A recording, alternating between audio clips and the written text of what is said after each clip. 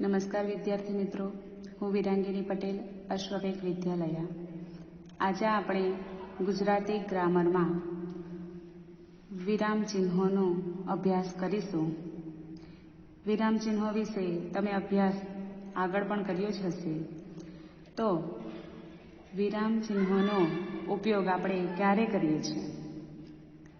તો જ્યારે આપણે બોલતા હોઈએ ત્યારે તેમાં આરોહ અવરોહ હોય છે.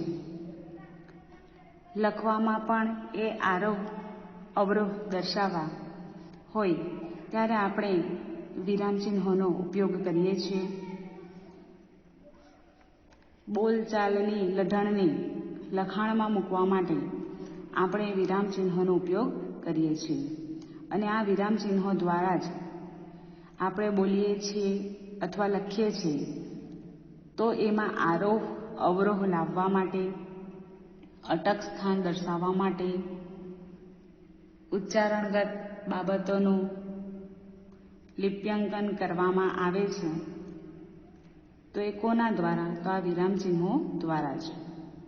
શબ્દો, પદો કે શબ્દ સમૂહને યોગ્ય જૂથમાં દર્શાવી શકીએ છીએ કે જેથી અર્થગ્રહણમાં સરળતા રહે. માત્ર અર્થ જ નહીં પણ કહેનારના મનમાં રહેલો આશય, ભાવ આદિ બાબતો પણ સમજી શકાય છે. તો શાના દ્વારા? તો કે આ વિરામ ચિહ્નો દ્વારા. વિરામ ચિહ્નોનું કાર્ય આપણને આપ્યું છે. તો આ વિરામ ચિહ્નોના મુખ્ય 4 કાર્યો છે. પહેલું છે સમાપન, સમાપ્તિ લાવવા માટે. તો વાક્યના અંતે આવતો જે આરોહ કે અવરોહ સૂચવતા વિરામ ચિહ્નોનું કાર્ય એ સમાપન દર્શાવવાનું છે. એમાં કયા કયા ચિહ્નોનો ઉપયોગ થાય છે સમાપન કરવા માટે? તો પૂર્ણ વિરામ, અહીં આપણને નિશાની આપી છે. પ્રશ્નાર્થ ચિહ્ન એટલે ક્વેશ્ચન માર્ક. ઉદ્ગાર ચિહ્ન અહીં આપ્યું છે. આદિ જે ચિહ્નો છે એ સમાપન દર્શાવે છે. ત્યાર પછી વિરામ ચિહ્નનું બીજું કાર્ય છે ઉદ્ઘાટન. પ્રથમ વાક્યાંશમાં જે વિગતો હોય તેનું વધુ વિવરણ, સ્પષ્ટતા કે પ્રકાર આદિ બાબતોનો બીજા વાક્યાંશમાં નિર્દેશ થયો છે તે સૂચવવા માટે જે વિરામ ચિહ્નોનો ઉપયોગ થાય છે એ છે ગુરુ વિરામ. અહીં આપણને નિશાની આપી છે, બરાબર, ગુરુ વિરામ. ત્યાર પછી ગુરુ રેખા. આ રીતે આદિ વિરામ ચિહ્ન પ્રયોજાય છે. ત્યારે ઉદ્ઘાટન સમયે. ત્યાર પછી વિભાજન. વિભાજન એટલે છૂટું પાડવું હોય ત્યારે કયા ચિહ્નોનો ઉપયોગ થાય છે તે આપણને આપ્યું છે. અર્થગ્રહણની સરળતા માટે શબ્દો, પદો, વાક્યાંશોનું વિભાજન કરવા માટે અલ્પવિરામ, અર્ધવિરામ, ગુરુરેખા, વિગ્રહ રેખા આદિ વિરામ ચિહ્નો પ્રયોજાય છે. ક્યારે? વિભાજન દર્શાવવું હોય, બરાબર, 2 શબ્દો હોય તો આપણે એમાં વિભાજન દર્શાવવું હોય, છૂટું પાડવું હોય. રાત, દિવસ, તો રાત પછી આપણે ડેશ કરીએ છીએ અને પછી દિવસ લખીએ. સુખ, દુઃખ, બરાબર, આ રીતે. સીમાંકન. જે શબ્દ, પદ, શબ્દ સમૂહ, વાક્યાંશ કે ગૌણ વાક્યને વિશેષ રીતે દર્શાવવા હોય અથવા અને તેમને જોડમાં પ્રયોજાયેલા હોય તો વિરામ ચિહ્નોની વચ્ચે મૂકવામાં આવે છે સીમાંકન. તો વિશેષ બાબતોના આરંભ, અંતની સીમા દર્શાવતા હોવાથી આ વિરામ ચિહ્નો હંમેશા જોડમાં વપરાય છે. જોડમાં વપરાય છે. જેવી રીતે અવતરણ ચિહ્ન. અવતરણ ચિહ્ન એક વડા, અહીં છે એક વડા. એક વડા હોય છે, 2 વડા એટલે અહીં ડબલ છે બંને, બરાબર. એટલે સિંગલ ઇન્વર્ટેડ કોમા અને ડબલ ઇન્વર્ટેડ કોમા આપણે કહીએ છીએ. તો સિંગલ છે, અહીં ડબલ છે. તો આ અવતરણ ચિહ્ન સીમાંકન માટે વપરાય છે. આમ ભાષામાં આપણે નીચેના વિરામ ચિહ્નોનો ઉપયોગ કરીએ છીએ.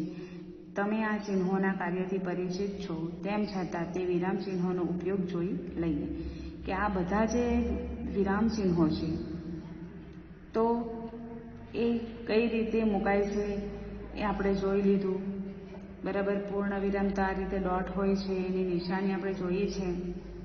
હવે આપણે વાક્યોમાં કેવી રીતે એનો પ્રયોગ થાય છે એ જોઈએ.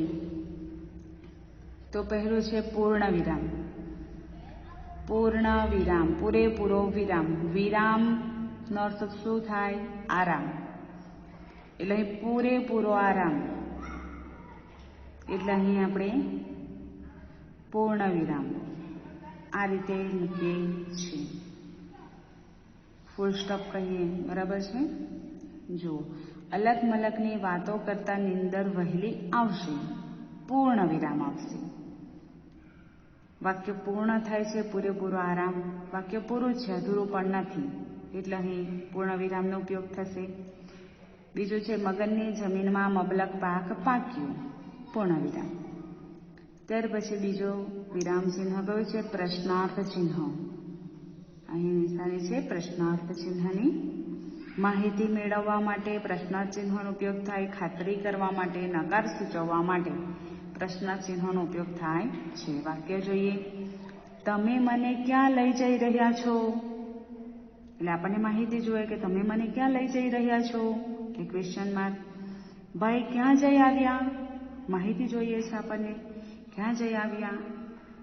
ત્યાર પછી આગળ છે કોઈ ઉપરી અધિકારી ખીજાયા, ક્વેશ્ચન માર્ક. ભોગીલાલ અહીં ક્યાંથી? Question mark. ત્યાર પછી નકાર સૂચવવા માટે, મારે હવે આ ઉંમરે દાગીના પહેરીને શું કરવું? ના પાડે છે ને, બરાબર. એટલે નકાર સૂચવવા માટે પણ પ્રશ્નાર્થ ચિહ્નનો ઉપયોગ થાય છે. હસતો, એને બિચારાને પગ જ ક્યાં છે? Question mark. બરાબર છે. એટલે આ રીતે ક્વેશ્ચન માર્કનો ઉપયોગ થાય છે. ત્રીજું ચિહ્ન છે ઉદ્ગાર ચિહ્ન. આ રીતે એની નિશાની છે. આજે તો મારું જીવન ધન્ય થઈ ગયું, ઉદ્ગાર ચિહ્ન અંતે. આ સાંભળી ફકીર તો આખી મસ્જિદમાં નાચવા લાગ્યો, અંતે આવશે ઉદ્ગાર ચિહ્ન. ચોથું વિરામ ચિહ્ન છે અલ્પ વિરામ. અલ્પ વિરામ, પૂર્ણ વિરામ. અલ્પ એટલે કેવો? થોડો વિરામ. તો આપણે આ રીતે કોમા કહીએ છીએ, તો આ રીતે એની નિશાની આવશે. જોઈએ છે આપણે બજારમાં પૂજાપો, અલ્પ વિરામ. દરભાષણ, ઘણી બધી વસ્તુઓ જોઈએ છે, બરાબર.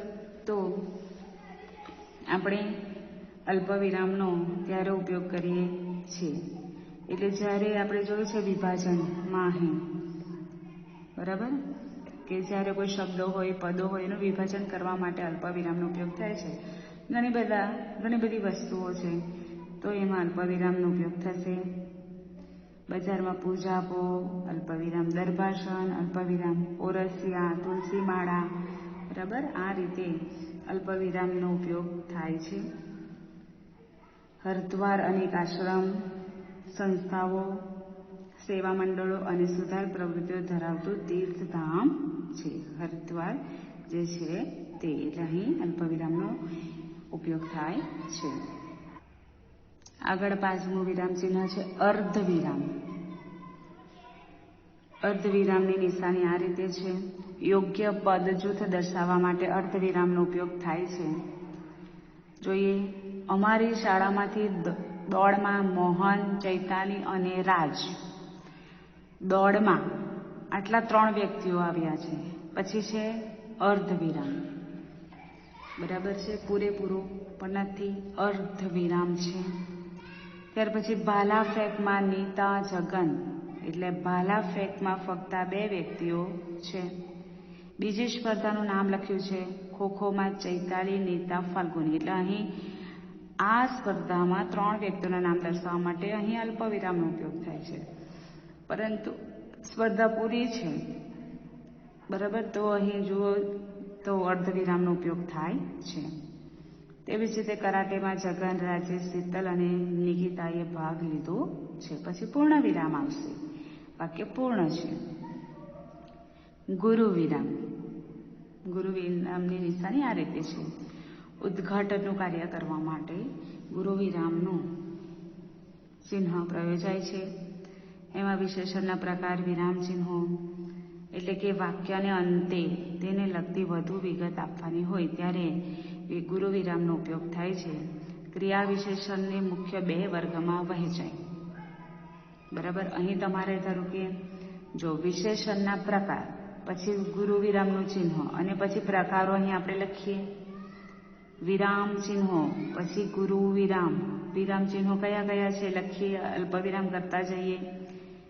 તેવી જ રીતે અહીં જો ક્રિયા વિશેષણને મુખ્ય 2 વર્ગમાં વહેંચાય, પછી આપણે નિશાની મૂકી છે ગુરુ વિરામની અને લખ્યા છે 2 પ્રકારો કે મૂળ ક્રિયા વિશેષણ અને સાધિત ક્રિયા વિશેષણ.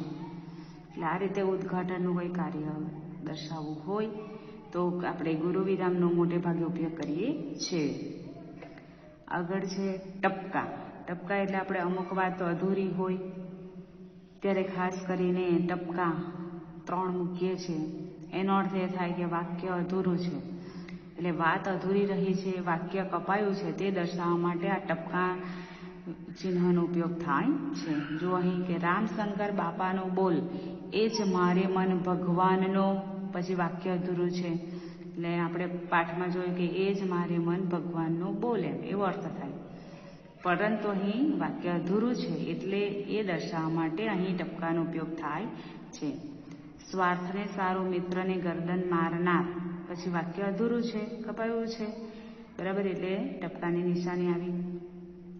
8મું ચિહ્ન છે અવતરણ. ઇન્વર્ટેડ કોમાં આપણે કહીએ સિંગલ અને ડબલ, ખાસ આપણે એનો ઉપયોગ કરીએ જ છીએ. તો અહીં છે 1 વડા, 2 વડા, એટલે સિંગલ છે અને ડબલ છે એટલે એને અવતરણ ચિહ્ન કહેવાય. જોઈએ ઉદાહરણ. તેમણે કહ્યું, પછી અલ્પવિરામ, સિંગલ ઇન્વર્ટેડ કોમા છે અહીં કે ભાઈ અલ્પવિરામ ક્યાં જઈ આવ્યા? Question mark. આ આંખે શું થયું છે? Question mark. પછી અહીં પૂર્ણ નિશાની એ જોડમાં જ વપરાય છે. તમે એક વખત અહીં મૂકો, કોઈ પણ વાક્ય હોય તો એને તમે સિંગલમાં મૂકવાના હોય કે ડબલ અવતરણ ચિહ્નમાં મૂકવાના હોય, પરંતુ એને એ જોડમાં જ વપરાય છે એટલે તમારે એને પૂર્ણ કરવું જ પડે છે. અહીં જુઓ બીજું ઉદાહરણ. મેં ઉત્તર દીધું, પછી અલ્પવિરામ અને અવતરણ ચિહ્ન છે સિંગલ. આંચણી થઈ છે માટે ડાક્ટર પાસે ગયો હતો. અહીં વાક્ય પૂરું છે એટલે પૂર્ણ વિરામ અને અવતરણ ચિહ્ન પૂર્ણ. એવી જ રીતે ડબલ અવતરણ ચિહ્નો પણ આ રીતે જ એનો ઉપયોગ થાય છે. 9મું છે વિગ્રહ રેખા. ડેશની નિશાની હોય છે એ વિગ્રહ રેખા.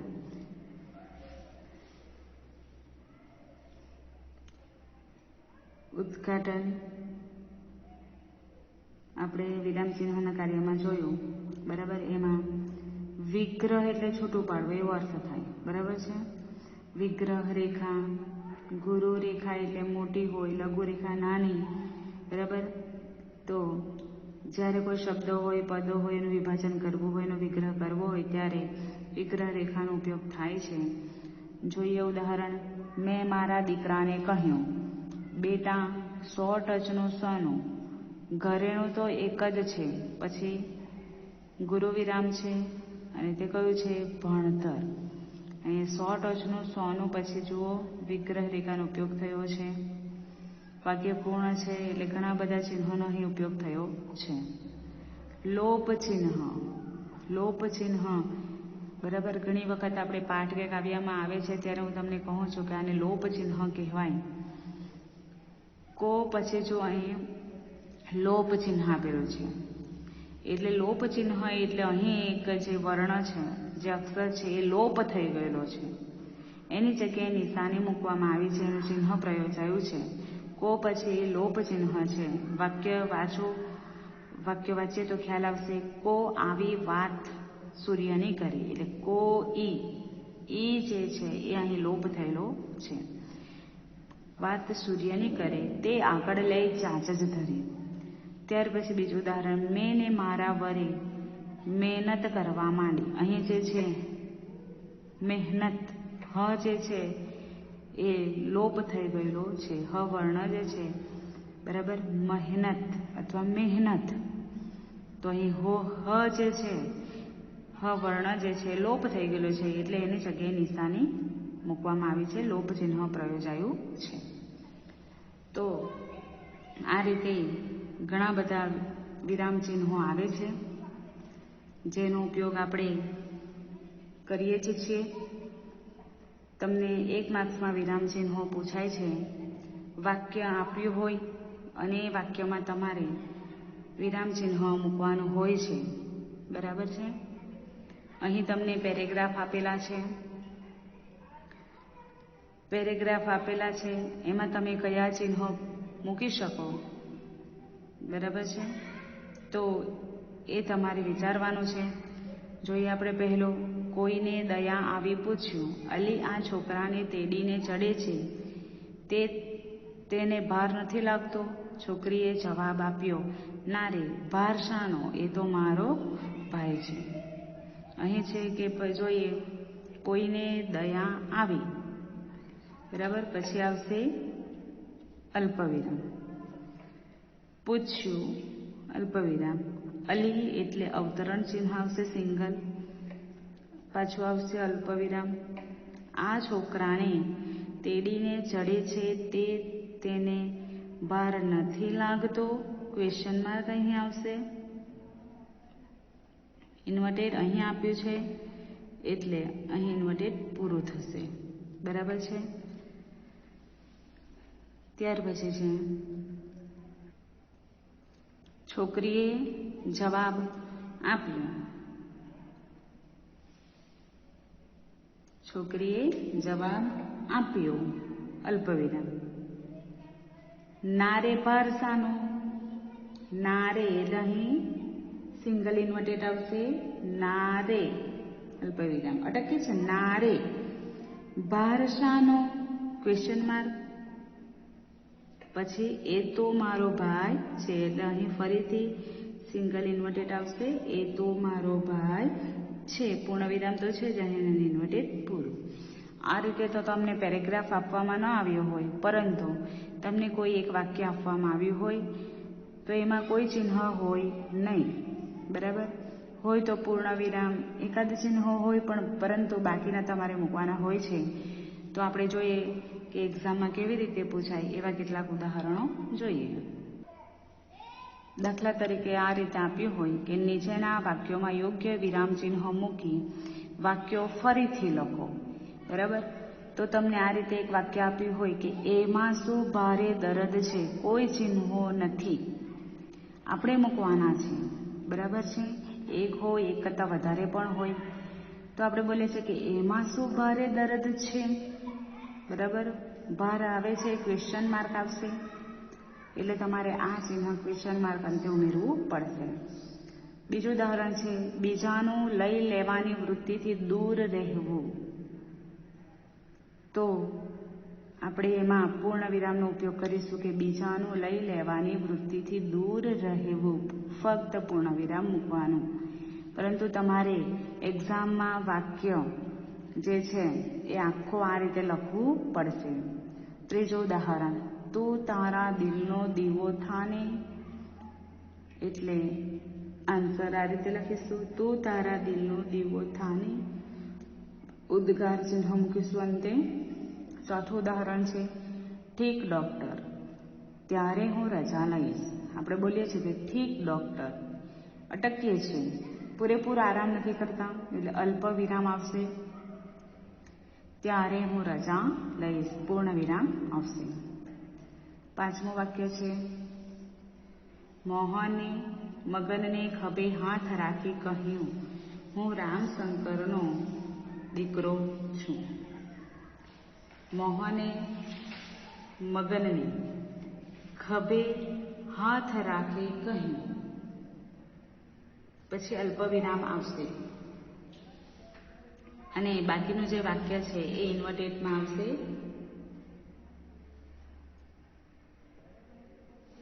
હું રામશંકરનો દીકરો છું. પછી ફૂલ સ્ટોપ અહીં આપેલું જ છે, ફૂલ સ્ટોપ જ આવશે, પરંતુ અહીં આપણે સિંગલ અવતરણ ચિહ્ન પૂર્ણ કરીશું.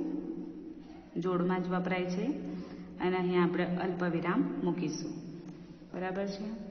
એટલે આ રીતે તમારે એક્ઝામમાં પૂછાય તો ફરીથી આ વાક્ય લખીને કયું ચિહ્ન પ્રયોજાશે એ તમારે ફરીથી વાક્ય લખી તેમાં ચિહ્ન મૂકવાનું છે. તો અહીં આપણો વિરામ ચિહ્નનો જે ટોપિક છે એ પૂર્ણ થાય છે અને વ્યાકરણ એકમ 3ના બધા જ ટોપિકો જે આપ્યા છે વિશેષણ, ક્રિયા વિશેષણો, સંયોજક અને વિરામ ચિહ્નો, આ બધા જ ટોપિકો આપણા પૂર્ણ થાય છે. અને તમને PDF મોકલવામાં આવશે તો તમારે એ PDF ગ્રામરની નોટબુકમાં લખવી. Thank you.